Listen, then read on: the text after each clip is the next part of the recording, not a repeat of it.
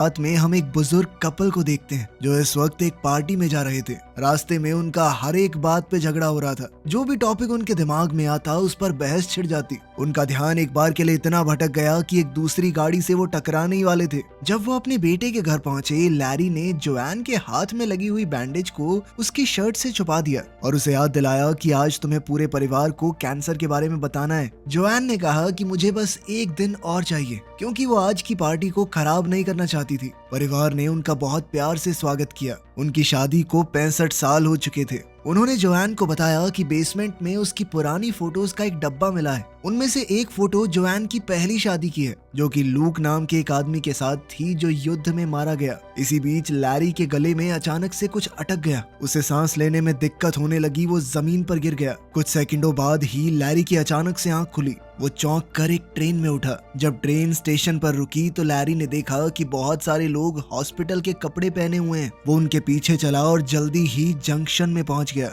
वहाँ लोग अजीबोगरीब बातें बोल रहे थे जो उसे समझ नहीं आ रही थी। लैरी ने रिसेप्शन पर खड़ी लड़की से कहा कि मुझे यहाँ पर किडनैप करके लाया गया है, लेकिन रिसेप्शनिस्ट ने कहा कि ऐसा कुछ नहीं हुआ है, आप यहाँ बैठकर अपने एसी का वेट कीजिए। कुछ घंटे बाद भीड़ कम हो गई और लैरी कुर्सियों पर ही सो गया था। तब एना आई और लैरी का नाम पुकारा। उसने बताया कि मैं तुम्हारी एसी हूँ, मतलब आफ्टर लाइफ कोऑर्डिनेटर। इसका मतलब साफ था कि लैरी मर चुका है और अब एना का काम है उसे सही जगह पर पहुंचाना। लैरी अभी भी इस बात को समझ नहीं पा रहा था कि वो मर चुका है। तभी एना ने लैरी को शीशा दिखाया। लैरी ये देखकर हैरान हो गया कि वो फिर से जवान हो गया है। एना ने बताया कि जब लोग जंक्शन पहुंचते हैं तो उनका शरीर वो वाला रूप ले लेता है जब वो अपनी जिंदगी में सबसे ज्यादा खुश थे। जब एना उसे बिल्डिंग दिखा रही थी तो लैरी बार बार बोलने लगा कि मुझे अपनी पत्नी के पास जाना है। परेशान होकर एना ने उसे एक चमाट दिया ताकि वो रोना धोना बंद करे। मरने के बाद भी रो रहा है, तू पागल है क्या? उसने ये भी बताया कि ये कोई स्वर्ग या नर्क नहीं है, ये बस थोड़े दिन का स्टॉप है जिसे तुम बदल नहीं सकते। एक बार चुन लिया तो चुन लिया।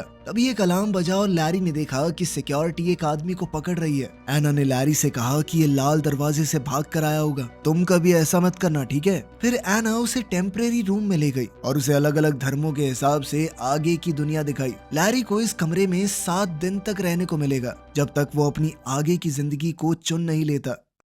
अलमारी में उसके मनपसंद कपड़े रखे हुए थे। कपड़े बदलने के बाद टीवी चैनल्स पर यह दिख रहा था कि आप अपनी नई जिंदगी यहाँ शुरू करें, नहीं यहाँ शुरू करें। फिर वो जंक्शन घूमने गया। बहुत सारे स्टॉल देखे जो आगे की जिंदगी का सपना बेच रहे थे। आखिर में भूला भटका वो एक बार में पहुंचा। जैसे ही वो बैठा तो एक सुंदर औरत उसके पास आकर बैठ गई और फ्लर्ट करने लगी। वो दिखा रही थी कि तुम्हारी आगे की जिंदगी दिलचस्प भी हो सकती है। जिस पर लैरी ने कहा कि सॉरी दीदी, मैं शादीशुदा हूँ। बारटेंडर लूक ने लड़की को रोकते हुए कहा कि बार के अंदर एडवर्टाइजमेंट करना अलाउड नहीं है। जिसके बाद वो औरत चुपचाप चली गई। लैरी ने लूक से पूछा कि क्या तुम एक एंजल हो? उसने कहा कि वो भी उसकी तरह एक आत्मा है जो जंक्शन पर अभी नौकरी कर रही है। लैरी अभी भी थोड़ा कंफ्यूज था तो लूक ने उसे रूल बताए। एक बार अगर तुमने आगे की जिंदगी चुन ली तो उसे बदल नहीं सकते। दूसरी किसी जिंदगी में जाना भी अलाउड नहीं है। अगर कोई 10 दिन यहाँ रुक गए या फिर अपनी जिंदगी बदलने की कोशिश की तो तुम्हें वॉइड में डाल दिया जाएगा। वॉइड एक ऐसी जगह है जहाँ पर सिर्फ अंधेरा होता है, हमेशा के लिए।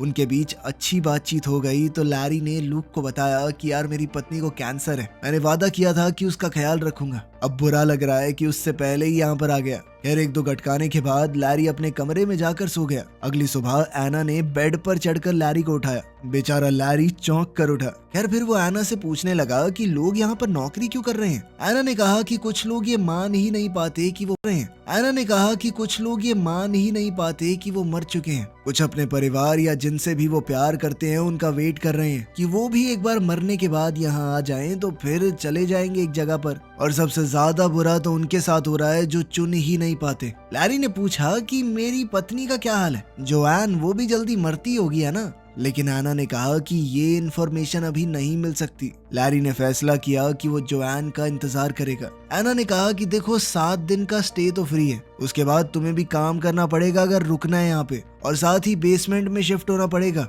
कुछ दिन निकल गए लेकिन जोआन का कोई अता पता नहीं चला। एना ने कहा कि तुम श्योर हो इसमें कई महीने भी लग सकते हैं, ऐसा भी तो हो सकता है उसका कैंसर ठीक हो गया हो। इसके बाद लैरी ने फैसला किया कि वो एक प्यारा सा घर बसाएगा जोआन की याद में, ताकि जब भी वो आए तो सब कुछ एकदम तैयार हो। उस रात लैरी ने अपनी पत्नी के लिए एक चिट्ठी लिखी। उसी वक्त कैंसर से जोएन मर गई और वो भी ट्रेन में उठी। अगली सुबह एना लैरी को उसकी नई जिंदगी की तरफ ले जा रही थी। लैरी ने एना को चिट्ठी देकर